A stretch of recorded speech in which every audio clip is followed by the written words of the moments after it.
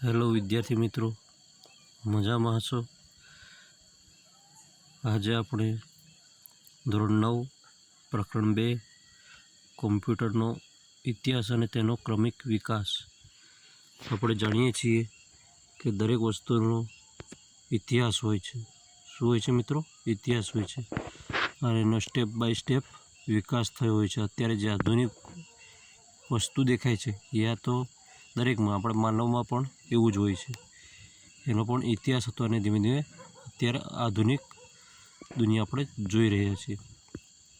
કોમ્પ્યુટરમાં પણ એવું જ કંઈક છે.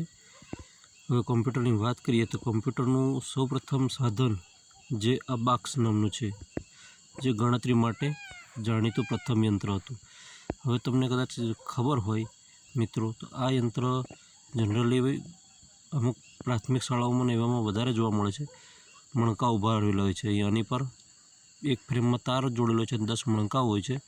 આ રીતે ગોળ ગોળ મણકા ભરેલા હોય છે, અને છોકરાઓ એ મણકાથી સરવાળો ગણતરીનું કામ કરતા હોય છે. સરવાળો, ગુણાકાર, આવું, જેને પ્રથમ કેલ્ક્યુલેટર તરીકે પણ ઓળખાતું હતું. આમ જોઈએ તો મૂળભૂત રીતે કેલ્ક્યુલેટરની શોધ કોણે કરી? તો 1642માં બ્લેઝ પાસ્કલે. કોણે કરી? પાસ્કલે. પણ એ ટૂંકમાં કામ કરી શકતું હતું. એની કેટલીક મર્યાદા હતી, જેમાંથી 1690માં લેબનીઝે યંત્ર વિકસાવ્યું, જે કેવું કામ કરતું હતું? સરવાળા કરી શકતું હતું, બાદબાકી, ગુણાકાર, ભાગાકાર અને વર્ગમૂળની પણ કામ કરી શકતું હતું. એવું હતું.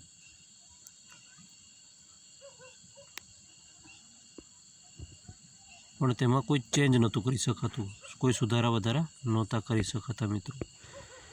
પછી સમય જતાં ચાર્લ્સ બેબેજે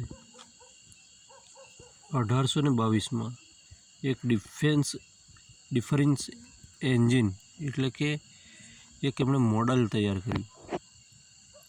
કોમ્પ્યુટરનું એક મોડલ તૈયાર કર્યું, અને જે મોડલ કોઈ પણ હસ્તક્ષેપ વગર, એટલે કે બીજાના ડિસ્ટર્બ વગર પોતે ગણતરી કરી શકે એવું કેપેબલ હતું. 1833માં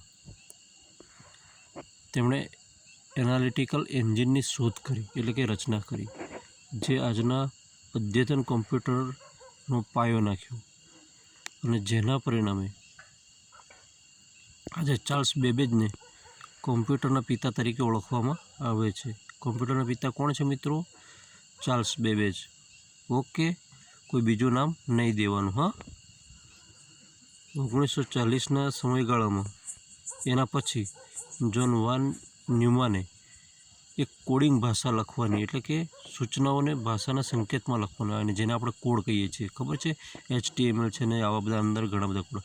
આવા જે કોડ લખવાની એક ભાષા વિકસાવી, જે કોમ્પ્યુટરમાં સંગ્રહ કરી શકાય એ પ્રકારની ભાષા વિકસાવી મિત્રો. પછી 1946માં જે પ્રેસ્પર એક્ટર જ્હોન ડબલ્યુ મોચલીએ યુનિવર્સિટી ઓફ, એમણે આ સાયન્ટિસ્ટે શું કર્યું? એક ઇનાયક નામના મશીનની શોધ કરી. ઇનાયક નામના મશીનની શોધ કરી. મશીનને જોવા જઈએ, અને ઇનાયકનું ફૂલ ફોર્મ પરીક્ષામાં પૂછાતું હોય છે મિત્રો. આપણે ઇમ્પોર્ટન્ટ વાત છે, એની પર વધારે ધ્યાન દઈશું. Electrical, numerical, integrator and calculator. આ પાછળનું જે કેલ્ક્યુલેટર છે ને એ વધારે યાદ રાખવાનું. OMRમાં પૂછાય છે આ. હવે જે આ સાધનો હતું, એમાં સૌ પ્રથમ એમણે શું નાખ્યું તો ખબર છે? નિર્વાત નલિકા, જેને વેક્યુમ ટ્યુબ તરીકે ઓળખવામાં આવે છે. શું ઓળખવામાં? Vacuum tube. આમ જોવા જઈએ તો ધોરણ 8માં પણ કોમ્પ્યુટરનો ઇતિહાસ ભણવામાં આવતો હોય છે. આપણે અહીંયા 9માં ફરી રિવિઝન કરી રહ્યા એવું લાગે છે. આ મશીનને રાખવા માટે વિશાળ જગ્યાની જરૂર પડતી હતી, એટલે કે કેટલું મોટું? એક રૂમ જેવું. અને તેને ઠંડુ રાખવા માટે ઉર્જાની જરૂર પડતી હતી, બહુ મજૂરી પડતી હતી. અને એમાં ડેટાની આપ-લે કરવા માટે પંચકાર્ડનો ઉપયોગ થતો. પંચકાર્ડ શું છે? એ ધોરણ 8માં આપણે ભણી ગયા છીએ. અને આમાં ઇન્ટરનલ મેમરી ન હતી. આપણે અંદર અત્યારે મેમરી જોઈએ છે ને માહિતી સેવ કરવા માટેની, એવી મેમરી કોઈ હતી નહીં. ઓકે.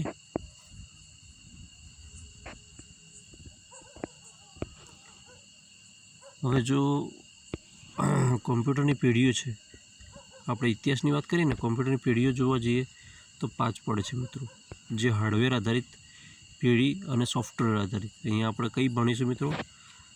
હાર્ડવેર આધારિત. ઓકે, હવે એનું વર્ગીકરણ કરવામાં આવે તો ટેકનોલોજી આધારિત અહીંયા વર્ગીકરણ કરવામાં આવ્યું છે કે કઈ કઈ ટેકનોલોજી ક્યારે ક્યારે વિકસી. પહેલી પેઢીની વાત કરીએ, કોમ્પ્યુટરની પહેલી પેઢી 1945 થી 55, 10 સાલના ગાળામાં. એટલે કે પહેલી પેઢીના કોમ્પ્યુટર શરૂઆતમાં ENIACથી થઈ હતી. ENIAC નામનું મશીન બનાવ્યું હતું ને, ત્યાંથી જ થઈ હતી. 1951માં આ મોચલી અને એક્ટ દ્વારા બનાવેલ IBM આ યુનિવર્સલ ઓટોમેટિક કોમ્પ્યુટર બનાવવામાં આવ્યું હતું. એવું સાર્વત્રિક જે શું કામ કરતું હતું ખબર છે?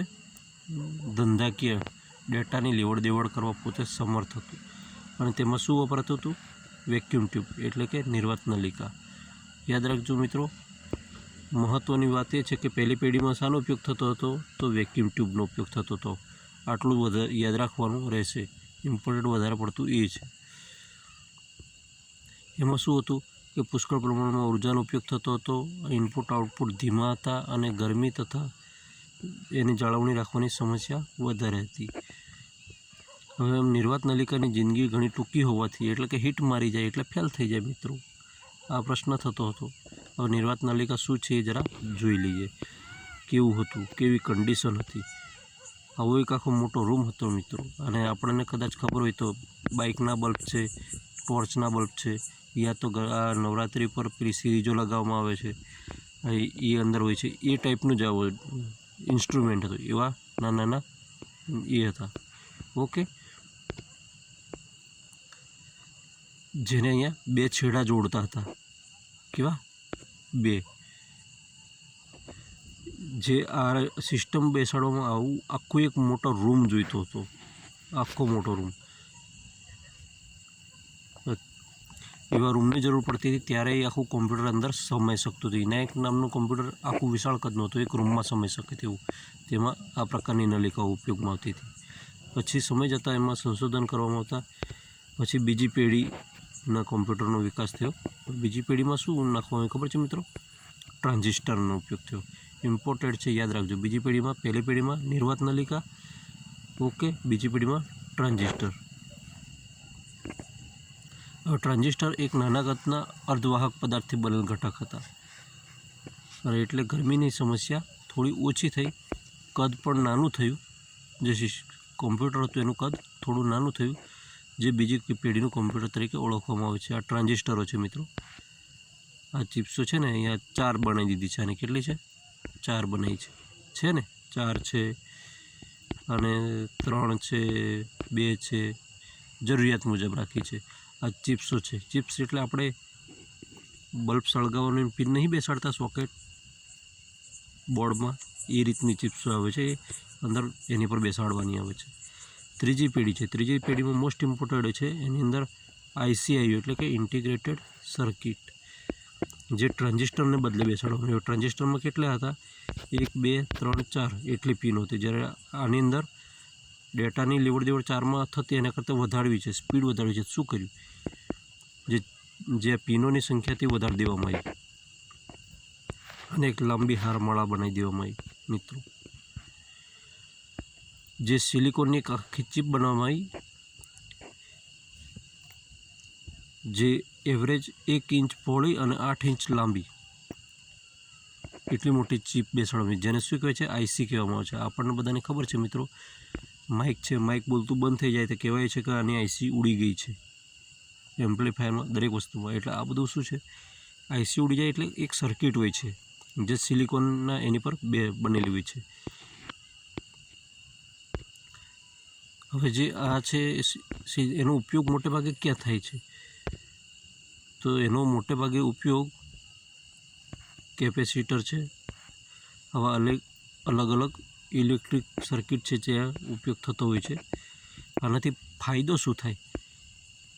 તો એનાથી ફાયદો છે કે આ બહુ નાનું હોય છે, કાર્યમાં બહુ ઝડપ કરાવે છે અને ફ્લેક્સિબલ એટલે કે ઇઝીથી બેસાડી શકાય અને ખોલી શકાય એ પ્રકારનું છે. અને આ કોમ્પ્યુટરને જે મિની કોમ્પ્યુટર છે એની અંદર આનો ઉપયોગ થતો હતો એટલે કોમ્પ્યુટર બહુ ઝડપી બન્યા. યાદ રાખજો, આઈસી જ્યારે કોમ્પ્યુટરની અંદર ઉપયોગ કરવામાં આવે ત્યારે કોમ્પ્યુટરની ઝડપ વધી, પણ એ છતાં પણ થોડી આમ ઉણપ લાગી એટલે ચોથી પેઢીના કોમ્પ્યુટર વિકસાવવામાં આવ્યા, જે 1980 થી 89 વચ્ચે ફોર્થ જનરેશન કોમ્પ્યુટર્સ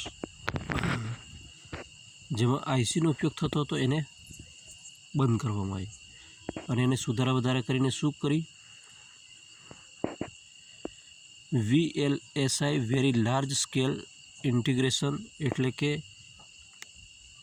આ પ્રકારની ટેકનોલોજી વિકસાવવામાં આવી, જેમાં શું થયું કે કોમ્પ્યુટર અતિશય ઝડપી, ખૂબ જ નાના અને વધારે ભરોસાપાત્ર એટલે કે પરફેક્ટ જવાબ આપતા થઈ ગયા અને તેઓ થોડી સમયમાં પ્રતિક્રિયા રિપ્લે આપતા હતા એવા ઝડપી બનાવવામાં આવ્યા. ઓકે, અને આ પ્રકારના કોમ્પ્યુટરો અત્યારે જે પીસી છે, પર્સનલ કોમ્પ્યુટર છે, એમાં આ પ્રકારના ઉપયોગ થતા થઈ ગયા. હવે હું વાત કરું તો મિત્રો માઇક્રો પ્રોસેસર છે. માઇક્રો પ્રોસેસર છે એ આ પેઢીના છે. જે પ્રોસેસરની અંદર માઇક્રો પ્રોસેસર આ ચોથી પેઢીની અંદર આવતા થયા. હવે જે આની અંદર જે સુપર કોમ્પ્યુટર છે, ક્રે શ્રેણીના સુપર કોમ્પ્યુટર્સ, એ પણ આ ચોથી પેઢીમાં વિકસિત થયા હતા. એટલું ફાસ્ટ ટેકનોલોજી વિકસાવવામાં આવી હતી. હવે આ પ્રકારના કોમ્પ્યુટર શું કામ કરી શકે છે ખબર છે મિત્રો? શેર વિશ્લેષણ, આપણે સેન્સેક ઉપર નીચે થાય, ક્યારે ભાવ ચડશે ઉપરની, એ બધી વસ્તુઓ. પછી હવામાનની આગાહી, કમોસમી વરસાદ પડે, તોફાન આવે, આવું બધું જે આગાહી છે એ આ બધા ગૂંચવણ ભરેલા પ્રશ્નો છે એનો સોલ્યુશન લાવવાનું કામ આ ચોથી પેઢીના કોમ્પ્યુટર કરવા માટે સક્ષમ હતા મિત્રો. તો છતાંય પાંચમી પેઢીનો વિકાસ કરવામાં આવ્યો. ઓકે, પાંચમી પેઢીમાં એથી ઝડપી ટેકનોલોજી શોધવામાં આવી જેમાં કોમ્પ્યુટર પોર્ટેબલ, સુવાહ્ય એટલે કે એક જગ્યાએથી લઈ જઈ ફેરવી શકાય એવા એકદમ નાનકડા કોમ્પ્યુટર વિકસાવવામાં આવ્યા. અને અંદર કઈ ટેકનોલોજી વિકસાવી ખબર છે? આર્ટિફિશિયલ ઇન્ટેલિજન્સ એટલે કે કૃત્રિમ બુદ્ધિ. આ પ્રકારના કોમ્પ્યુટર વિકસાવવામાં આવ્યા. આવી ટેકનોલોજી હામાં નાખવામાં આવી તો મિત્રો નોટબુક કોમ્પ્યુટર એટલે કે લેપટોપને એમ કહીએ છીએ ને આપણે, એ પ્રકારના નાના છોટા કોમ્પ્યુટરમાં નાખવામાં આવે. ઓકે મિત્રો, હવે આ થયું આપણે કઈ પાંચમી પેઢી હાર્ડવેરની થઈ. આપણે જઈશું, હા, અહીંયા એનો ચાર્ટ બતાવવામાં આવ્યો છે. પહેલી પેઢીમાં શું આવ્યું તો યાદ રાખજો, પહેલી પેઢીમાં નિર્વાત નલિકા આવી, મોસ્ટ ટાઈમ પેઢી યાદ રાખવાનું. બીજી પેઢીમાં કઈ ટેકનોલોજી આવી? ટ્રાન્ઝિસ્ટર આવ્યું. ત્રીજી પેઢીમાં આઈસી એટલે કે ઇન્ટિગ્રેટેડ સર્કિટ. એના ઉદાહરણો છે મિત્રો, ક્યારેક ઉદાહરણો પણ પૂછી લે છે. અમુકનું મગજ ખતરનાક હોય તો ઉદાહરણ પણ પૂછી લે છે. ચોથી પેઢીમાં શું આવ્યું? વેરી લાર્જ સ્કેલ ઇન્ટિગ્રેટેડ ટેકનોલોજીનો ઉપયોગ કરવામાં. પાંચમી પેઢીમાં કઈ ટેકનોલોજી હતી તો પાંચમી પેઢીમાં આર્ટિફિશિયલ કૃત્રિમ બુદ્ધિ, ઇન્ટેલિજન્સ. ઓકે, આ ટેકનોલોજીનો ઉપયોગ કરવામાં આવ્યો હતો. હવે આપણે પહોંચીએ છીએ મિત્રો સોફ્ટવેરની નજીક. ક્યાં પહોંચીએ છીએ? સોફ્ટવેરની નજીક. સોફ્ટવેર આધારિત કોમ્પ્યુટરની કેટલી પેઢીઓ હતી? હાર્ડવેર આધારિત 5 હતી, તો સોફ્ટવેર આધારિત પણ 5 પાડવામાં આવી છે. પ્રથમ કક્ષામાં પહેલી પેઢીમાં શું હતું મિત્રો ખબર છે? યંત્ર ભાષા એટલે જેને શું કહેવાય? Machine language. શું કહેવાતું? Machine language. અને કોમ્પ્યુટર કઈ ભાષા સમજતું હતું? મશીન લેંગ્વેજ એટલે કે 0 અને 1 વાળી ભાષા. જેને કઈ ભાષા કહેવાય મિત્રો? Binary language. કઈ કહેવાય? Binary language. બાઇનરી ભાષા એટલે કે દ્વિઅંકી ભાષા. આપણે કોઈ પણ સંખ્યાને 2 વડે ભાગીએ તો શેષ હંમેશા 0 વધશે યા તો 1 વધશે. એ પ્રકારે આની ટેકનોલોજી કન્વર્ટ કરવામાં આવે છે મિત્રો, અને એ રીતે એનું ગણતરી થતી હોય છે. થોડું ડિટેલમાં આવે છે, એક તો સમજવું પડે સ્પેશિયલ. હવે જે મશીન લેંગ્વેજની તકલીફોને નિવારવા માટે બીજી પેઢીમાં એસેમ્બલી લેંગ્વેજ આવી. કઈ ભાષા આવી મિત્રો? Assembly language. પહેલાં મશીન લેંગ્વેજ હતી, એના પછી એસેમ્બલી લેંગ્વેજ આવી. હવે એસેમ્બલી લેંગ્વેજમાં જે સાંકેતિક કોડ હતા એનો વિકાસ કરવામાં આવ્યો. સાંકેતિક કોડ એટલે કે ચિહ્ન, સિમ્બોલ, એના વળી ભાષા આવી, જેને નેમોનિક કોડ તરીકે પણ ઓળખવામાં આવતું હતું. બીજી પેઢીમાં આ વિકસાવવામાં આવ્યું. યાદ રાખજો, આ પૂછાય છે ભાઈ OMRમાં.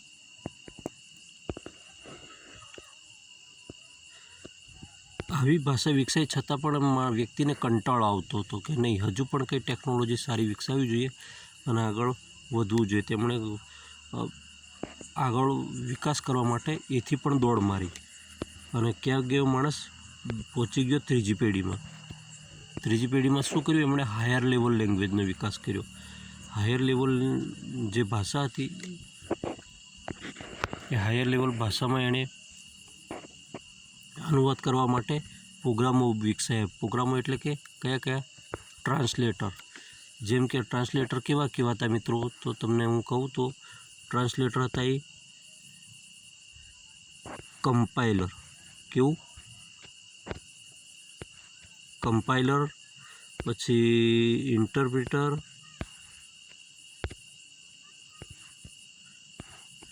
હવે કમ્પાઇલર અને ઇન્ટરપ્રિટર શું કરતું હતું એ તમને કહી દઉં. આ જે કોડિંગ ભાષા છે એને અનુવાદ કરીને સોફ્ટવેર બનાવવાનું કામ કરતું હતું સોફ્ટવેરની દુનિયામાં. પણ એ અલગ અલગ રીતે કરતું હતું, એ સમજાવી દઉં છું.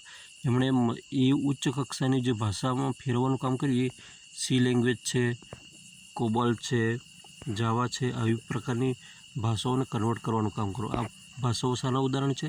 હાયર લેવલ લેંગ્વેજના ઉદાહરણ છે. હવે ત્રીજી પેઢીમાં પણ મજા ના આવી તો ચોથી પેઢીનો વિકાસ થયો. ચોથી પેઢીની અંદર કેવું થયું? અહીંયા સાલવારી નથી આપેલી. કઈ રીતે કરવું ને બદલે શું કરવું, કેવી રીતે કરવું બદલે શું કરવું એનો નિર્દેશ કરીને પ્રોગ્રામિંગ ભાષા વિકસાવવામાં આવી, જેમાં સ્ટ્રક્ચર ક્વેરી લેંગ્વેજ SQL ચોથી પેઢીમાં આવી. ચોથી પેઢીમાં આવતા કોમ્પ્યુટર વધારે ઝડપી બન્યા અને એમ છતાંય મજા ના આવી તો પાંચમી પેઢીમાં ફરી આર્ટિફિશિયલ ઇન્ટેલિજન્સ પાસે વ્યક્તિ આપણે પહોંચી ગયા, કૃત્રિમ બુદ્ધિ પાસે.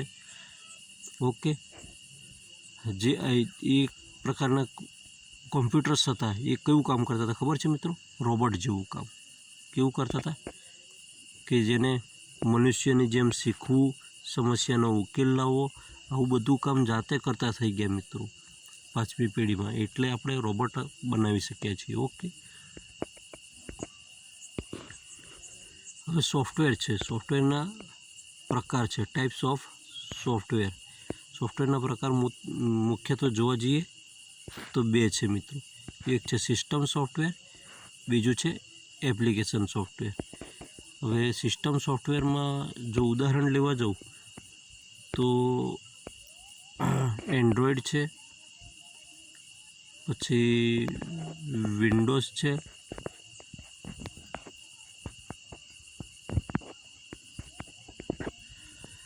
ઘણા છે, લિનક્સ છે ને આવા. હવે જે આ પ્રકારના સોફ્ટવેર, સિસ્ટમ સોફ્ટવેર શું કામ કરે છે? તો હાર્ડવેરનું સંચાલન કરે છે. કોમ્પ્યુટરનું હાર્ડવેર અને અધર પ્રોગ્રામોને જોડીને અને ઓપરેટિંગ સિસ્ટમ આખી ચલાવવાનું કામ કરતા હોય છે, જેને ઓપરેટિંગ સિસ્ટમ તરીકે પણ ઓળખવામાં આવે છે.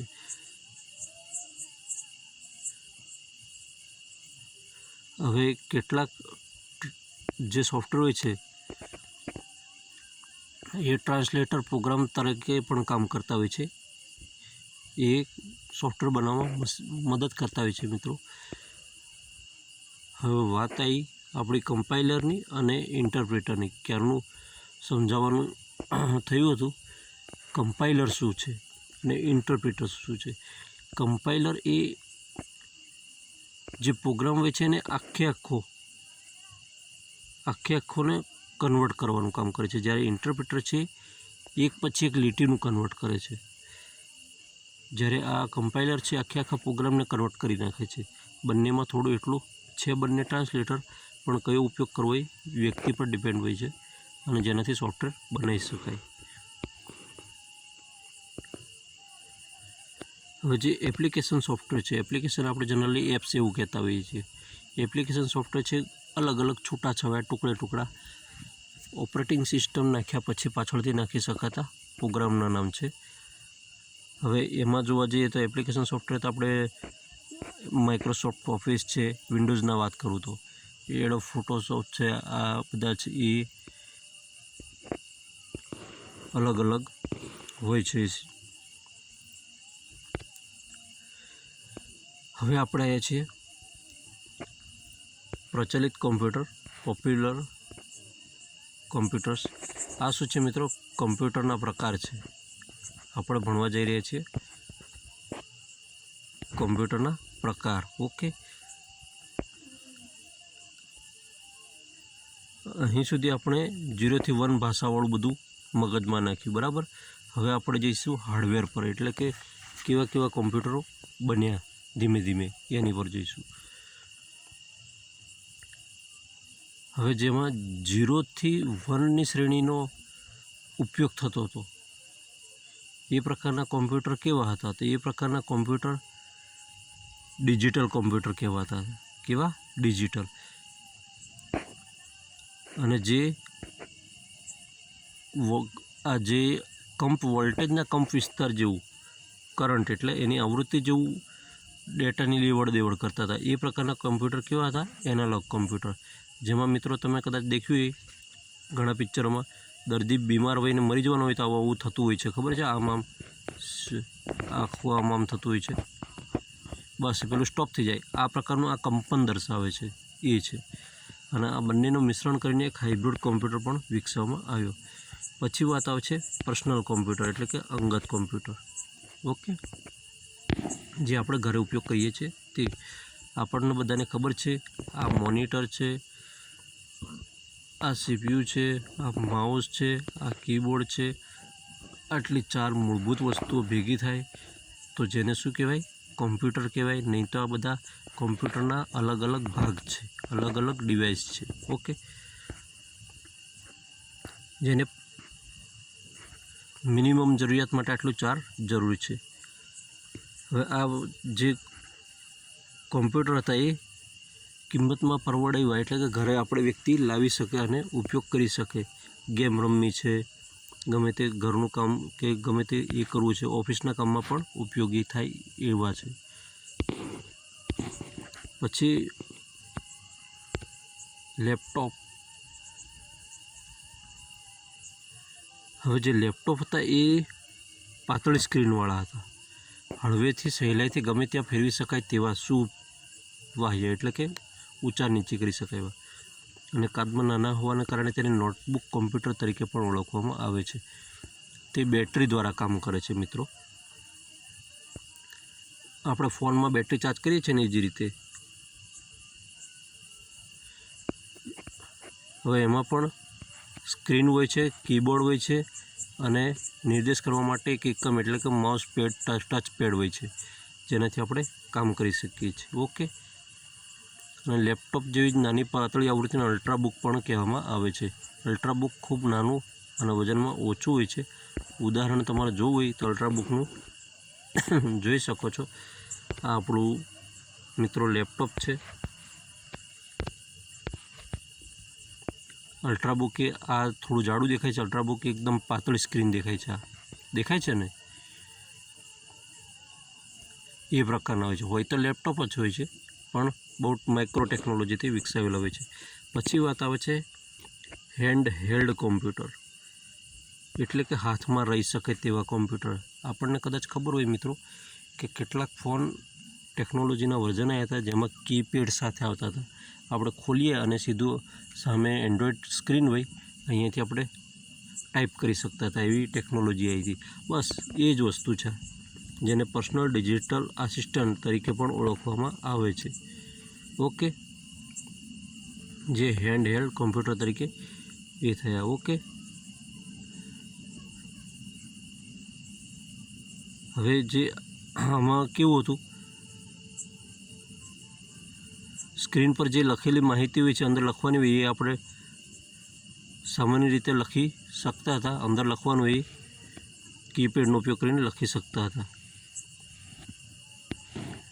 વાત કરું છું ટેબ્લેટની. ટેબ્લેટના અહીં 2 પ્રકાર આવેલા છે મિત્રો. એક છે સ્લેટ ટેબ્લેટ, બીજું છે કન્વર્ટિબલ ટેબ્લેટ. આપણે મોટે ભાગે સ્લેટ ટેબ્લેટ વાપરીએ છીએ. આ છે ફોન જેવું મોટું. ઓકે, જેમાં કેવું છે કે જે સ્લેટ ટેબ્લેટ છે એમાં શું છે કે સ્લેટ ટેબ્લેટમાં કીબોર્ડ અંદર જ હોય છે. શું હોય છે? કીબોર્ડ અંદર જ હોય છે. જ્યારે આ પ્રકારનું છે કન્વર્ટિબલ, એમાં એવું નથી હોતું. એમાં આપણે એટેચ કરવાનું ને એવું બધું હોય છે. મોટે ભાગે આ નથી વાપરતા. આપણે આ જે સ્લેટ ટેબ્લેટ હોય છે એ જ વાપરીએ છીએ.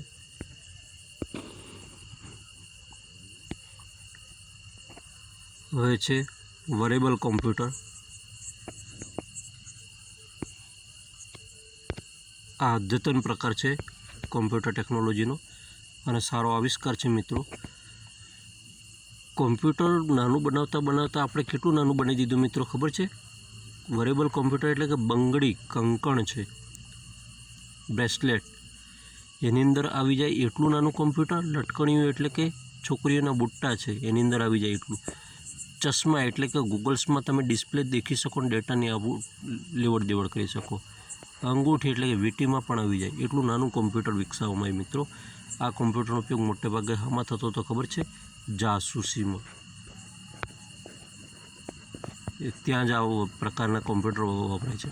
અત્યારે માર્કેટમાં પેનો એનો બધું બહુ મળે છે આવું.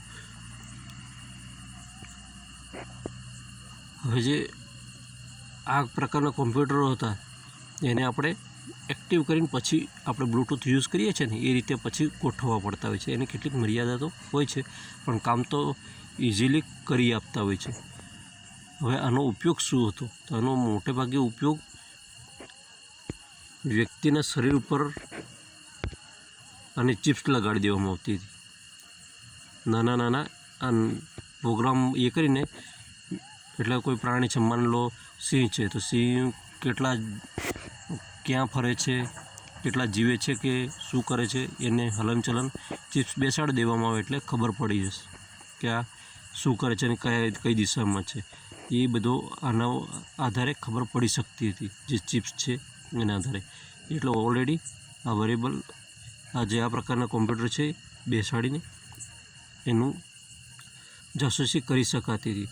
હવે મોટે ભાગે આવું કોઈ વ્યક્તિને પણ બેસાડીને કરી શકાય છે. ઘણી જગ્યાએ આવું બનતું હોય છે. હવે આપણે મિત્રો જઈશું.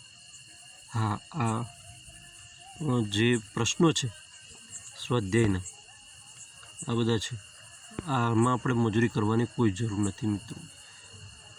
આ બધા છે ને આપણે પરીક્ષામાં શું રહેશે ખબર છે? ઓનલી ઓન, હું માનું છું ત્યાં સુધી OMR. તમે MCQ કે જે કંઈ કહેતા હોય પણ બહુ વિકલ્પો રહેશે. શું રહેશે? બહુ વિકલ્પો રહેશે. તો આપણે સીધા જતા રહીએ બહુ વિકલ્પો પર.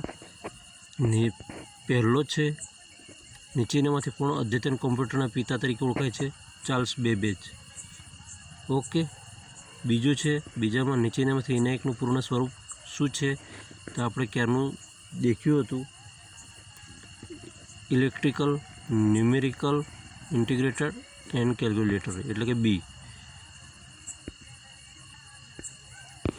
પછી ત્રીજું છે નીચેનામાંથી કઈ વસ્તુ વજનમાં ભારે, ઝડપમાં ધીમી અને ગરમી તથા જાળવણીની સમસ્યા વધારે ધરાવે છે?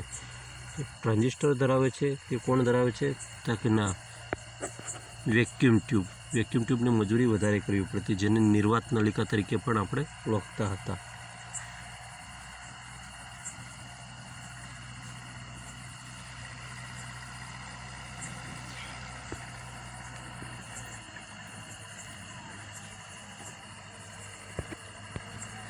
હવે જે ચોથું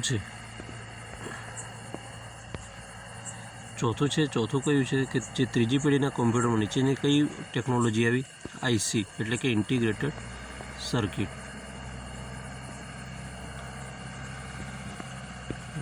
દિવસે પણ નહીં છોડતા. નીચેનામાંથી કયા કોમ્પ્યુટર અતિ કિંમતી અને 1 સેકન્ડમાં કરોડો સૂચનાઓનો અમલ કરી શકતા હતા? સુપર કોમ્પ્યુટર મિત્રો. છઠ્ઠું, કઈ પ્રોગ્રામિંગ ભાષામાં સાંકેતિક કોડ વાપરવામાં આવેલો છે? તો એસેમ્બલી જે હતી એમાં સાંકેતિક કોડ વાપરવામાં આવેલો છે. જાવા અને આ પ્રકારની ભાષાઓ કયા પ્રકારના ઉદાહરણ છે? હાયર લેવલના. નીચેનામાંથી પ્રોગ્રામિંગ ભાષાની કઈ પેઢીમાં કઈ રીતે શું કરવું ને બદલે શું કરવું છે એનો નિર્દેશ કરવામાં આવેલો છે? ચોથી પેઢીમાં. કઈમાં? ચોથી પેઢીમાં. પછી 9મું, સમસ્યાનો ઉકેલ લાવવા અને ધ્યેય પ્રાપ્ત કરવા માટે પ્રોગ્રામિંગ ભાષાની કઈ પેઢી એઆઈ ટેકનોલોજીનો ઉપયોગ કરવામાં આવ્યો હતો? તો જે છે 5મી પેઢીની અંદર, એટલે કે કૃત્રિમ ભાષા દ્વારા.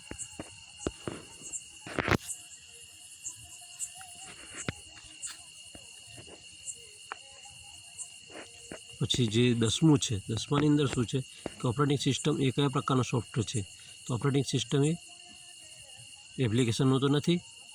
ઓકે, એટલે ઓપરેટિંગ સિસ્ટમ એ સિસ્ટમ પ્રકારનું એટલે કે ઓએસ પ્રકારનું ઉદાહરણ છે. પગારપત્રકનો વિનિયોગ એપ્લિકેશનમાં થાય છે. આપણે પગાર બનાવવું ને બધું MS ઓફિસમાં એ રીતે બનાવીએ ને, યા ટેલીમાં બનાવીએ, ગમે તેમાં બનાવીએ. નીચેમાંથી કયું સોફ્ટવેર હાર્ડવેરનું સંચાલન કરે છે? ધંધાકીય વિનિયોગ માટે સુપર હાર્ડવેરનો સેતુનું કામ કરે છે મિત્રો. System OS. ઓએસ એવું છે કે જે હાર્ડવેર અને બીજા સોફ્ટવેરને જોડવાનું કામ કરે છે. 13, જે કોમ્પ્યુટર દ્વિઅંકી પદ્ધતિમાં 0 અને 1 ઉપર કાર્ય કરે છે તેને શું કહેવાય છે?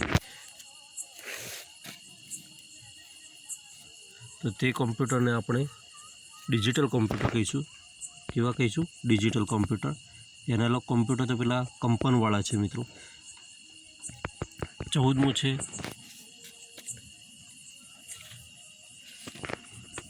જે કોમ્પ્યુટરના અંકોને બદલે વોલ્ટેજનો કંપ વિસ્તારના સુરેખ મિશ્રણનો ઉપયોગ કરે છે તેને તમે શું કહીશું? તો આપણે પેલામાં ડિજિટલ હતું, આ કયા પ્રકારનું આવ્યું? એનાલોગ પ્રકારનું. ઓકે. 15મું આવ્યું, નીચેનામાંથી શાને હેન્ડ હેલ્ડ કોમ્પ્યુટર તરીકે ઓળખવામાં આવે છે? Personal digital assistant. Okay.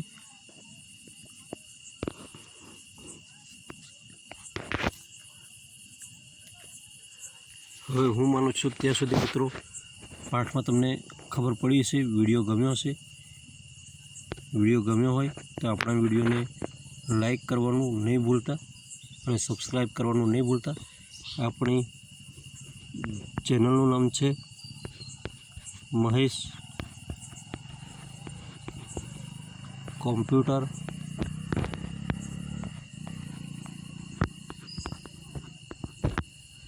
Technology.